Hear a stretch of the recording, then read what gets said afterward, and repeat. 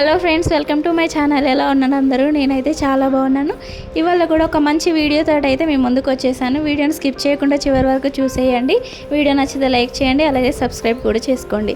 So first వీడియోలోకి అయితే వెళ్ళిపోదాం. ఇంట్లో ఎలాంటి శుభకార్యాలైనా అలాగే మాకు ఎలాంటి కష్టం వచ్చినా కూడా ఫస్ట్ శివయ్యకి అయితే చెప్పుకుంటాము. సో మా తెలంగాణలో the famous temple Vemulawada. So ఇక్కడికైతే మేము ఇప్పుడు వచ్చేసినాము. ఇదైతే కరీంనగర్ నుండి 36 కిలోమీటర్స్ అయితే ఉంటుంది. ఒక 40 మినిట్స్ అట్లా జర్నీ పడుతుంది. సో వేములవాడ గురించి అయితే మనం తెలుసుకుందాం మన మాటల్లో. సో వేములవాడ అనేది తెలంగాణ రాష్ట్రంలోని రాజన్న సిరిసిల్ల జిల్లాలో ఒక పుణ్యక్షేత్రం. ఇది దక్షిణ కాశీగా అని కూడా పిలువబడుతుంది. ఈ వేములవాడ ఆలయం పశ్చిమ చాళుక్యుల కాలంలో నిర్మించబడింది. ఇక్కడికైతే మేము ఇయర్కి ఒకసారైనా వస్తూ ఉంటాము. వచ్చి ఇక్కడ స్వామివారిని అయితే దర్శించుకొని వెళ్తూ ఉంటాము. ఇక్కడ కార్ పార్కింగ్ చేయాలనుకుంటే టెంపుల్ ముందటి నుంచి కాకుండా టెంపుల్ వెనుక నుండి వస్తే ఇక్కడ దర్భగుండంకి వెనుక సైడ్న కార్ పార్కింగ్ అనేది ఉంటుంది. ఇక్కడైతే కార్ పార్కింగ్ చేసుకోవచ్చు.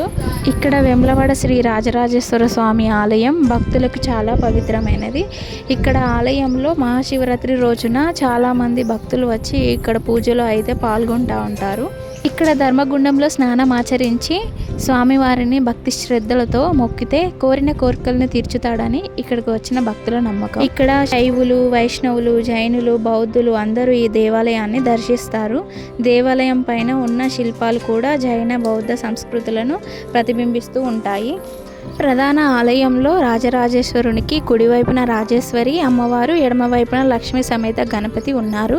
ఆలయ ముఖద్వారంపై గజలక్ష్మి సింహద్వారానికి ఎదురుగా అనంత పద్మనాభ స్వామి ఆలయం ఉన్నది. ఆలయం చుట్టూ బాలరాజేశ్వర, విఠలేశ్వర, ఉమామహేశ్వర, త్రిపుర సుందరి దేవి ఆలయాలు ఉన్నాయి. దగ్గరలోనే నగరేశ్వర, వేణుగోపాల స్వామి మొదలగు ఆలయాలు కూడా ఉన్నాయి. అలాగే జగన్మాత స్వరూపిణి అయిన బద్దిపోషమ్మ వారి ఆలయం కూడా ఉన్నది. ఆలయ ప్రాంగణంలో మహమ్మదీయుల దర్గా కూడా ఒకటి ఉన్నది. ఈ ఆలయంలో కోడమొక్కు అనగా శివుని వాహనమైన నందిని ఆలయ ప్రదక్షిణం చేపించి స్వామివారికి సమర్పిస్తారు. అలా చేయడం వల్ల భక్తుల కోరికలు తీరుతాయని ఇక్కడ నమ్మకం. దేవాలయం పక్కనే ఉన్న ధర్మగుండము చాలా పవిత్రమైనదిగా ఇక్కడ భక్తులు భావిస్తూ ఉంటారు. దక్షయజ్ఞ సమయంలో వీరభద్రుని చేతులు కోల్పోయిన సూర్య భగవానుడు ఈ పుష్కరిణిలో స్నానం చేయగా చేతులు వచ్చాయని పురాణాల్లో చెప్తూ ఉంటారు.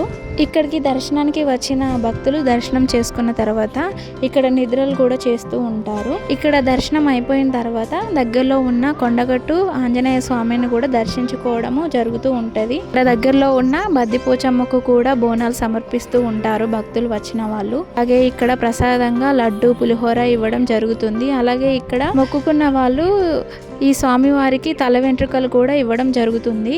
సో ఇదేనండి ఇవాళ మంచి వీడియో కనుక నచ్చితే ప్లీజ్ లైక్ చేయండి, అలాగే సబ్స్క్రైబ్ కూడా చేసుకోండి. శ్రీ రాజరాజేశ్వర స్వామి కృప మనందరిపైన ఉండాలని మనస్ఫూర్తిగా కోరుకుంటూ ఈ వీడియోని లైక్ చేయండి, అలాగే సబ్స్క్రైబ్ కూడా చేసుకోండి. Thanks for watching this video. Bye.